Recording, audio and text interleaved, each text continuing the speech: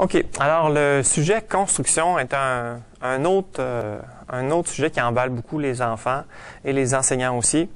Donc, on aborde un peu les propriétés là, de certains matériaux, mais particulièrement des formes plus résistantes que d'autres, à l'aide de matériel excessivement simple. Des pailles, des trombones, des fiches cartonnées, un peu de ficelle. Ça fait le tour là, de la majeure partie du matériel nécessaire à faire ce sujet-là.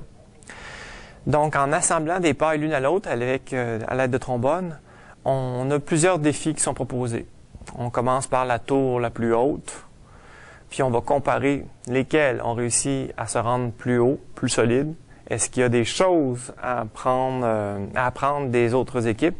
Est-ce qu'il y a des façons d'assembler les pailles plus efficaces? Est-ce qu'il y a des formes qui semblent plus efficaces? On va être appelé à réinvestir ces hypothèses-là pour faire une tour qui va être la plus solide. Après ça, un bunker en fiche, ma cabane en hiver en fiche cartonnée où on va essayer de faire un toit plat qui peut supporter la plus grande charge. On découvre l'usage des poutres, des colonnes, leur forme. Donc, plein de défis là, assez rapides là, en termes de momentum, là, de rythme de classe.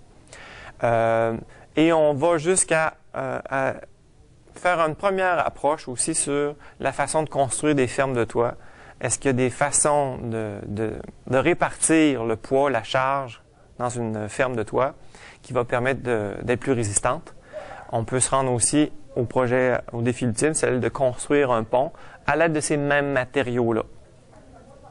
Alors, un sujet là, qui dure environ une dizaine de périodes, qui peut se faire en tout temps, qui dispose aussi d'un guide pédagogique, des feuilles support, et de tout le nécessaire là, pour la mise en opération. Liste de matériel, où se le procurer, quel type de trombone, quel type de paille, pour que votre expérimentation soit un succès. Alors, amusez-vous bien!